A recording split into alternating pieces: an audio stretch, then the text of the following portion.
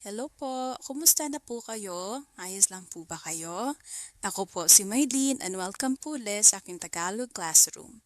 In this lesson, I'm going to teach you how to introduce your family members in smooth, natural Tagalog.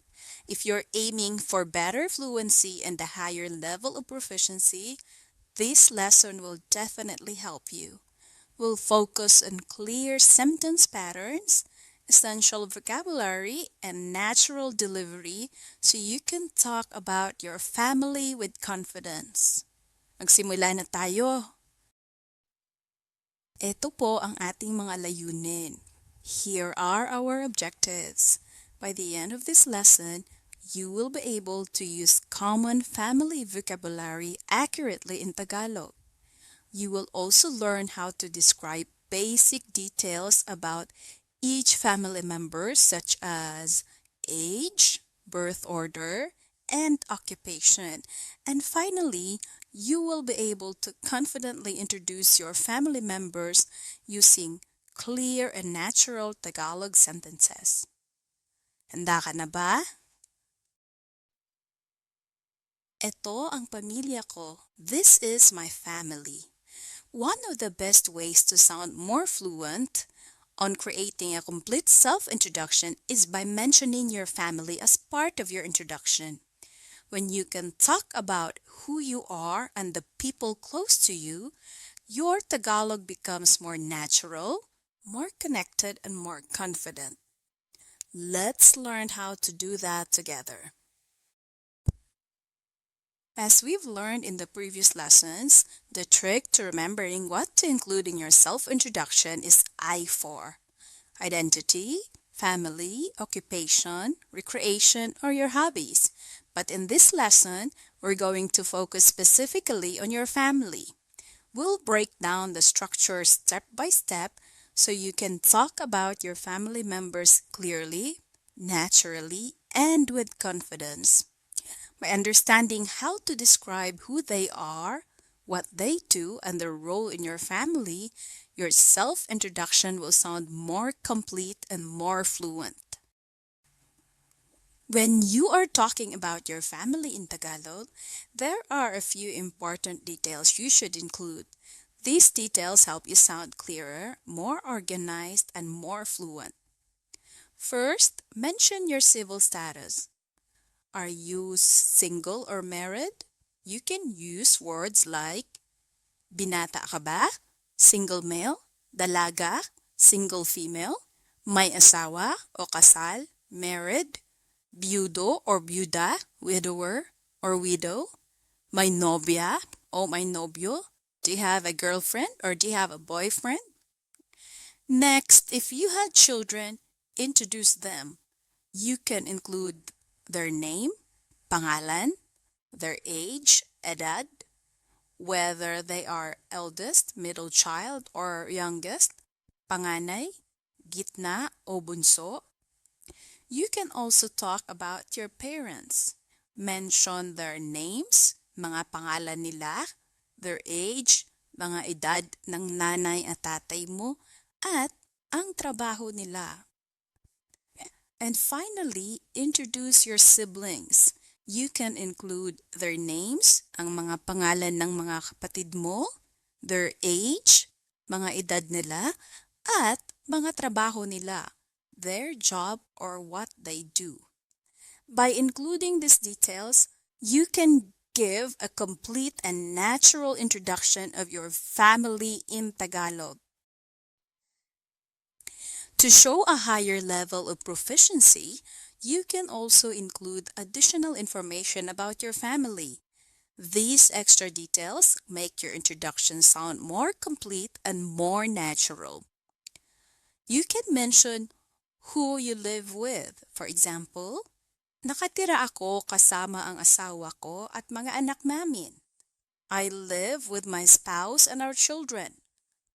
You can also add a short description of your family to make your introduction richer and more expressive. For example, malaki ang pamilya ko at masaya kaming lahat. My family is big and we are all joyful. Including these extra details helps you sound more fluent, more confident, and more natural when talking about your family. Here is an example of a complete family introduction in Tagalog. Notice how the sentences flow naturally and include all the important details we talked about. May asawa ako. Ang pangalan ng asawa ko ay Mark. Mayroon kaming dalawang anak. Si Ana ang panganay at si Juan ang bunso. Si Ana ay 5 taong gulang at si Juan naman ay 3 taong gulang. Ang pangalan ng tatay ko ay si Roberto at ang nanay ko ay si Maria. Ang tatay ko ay retirado. Ang nanay ko naman ay may bahay. May 2 kapatid ako na babae. Ako ang panganay. Si Susan ang sumunod sa akin at si Gina ang bunso. Nakatira ako kasama ang asawa ko at mga anak namin. Ang pamilya ko ay maliit pero napakalapit namin sa isa't isa. This is how you can introduce your family clearly, naturally, and confidently. English, that means I am married. My husband's name is Mark. We have 2 children. Anna is the eldest and Juan is the youngest. Anna is 5 years old and Juan is 3 years old. My father's name is Roberto and my mother's name is Maria. My father is retired. My mother is a housewife. I have 2 sisters. I am the eldest. Susan is next to me and Gina is the youngest. I live with my husband and our children. My family is small, but we are very close to one another. Now it's your turn. Let's practice together. Repeat after me and fill in the blanks with your own information. So we'll do your civil status first. Blank ako.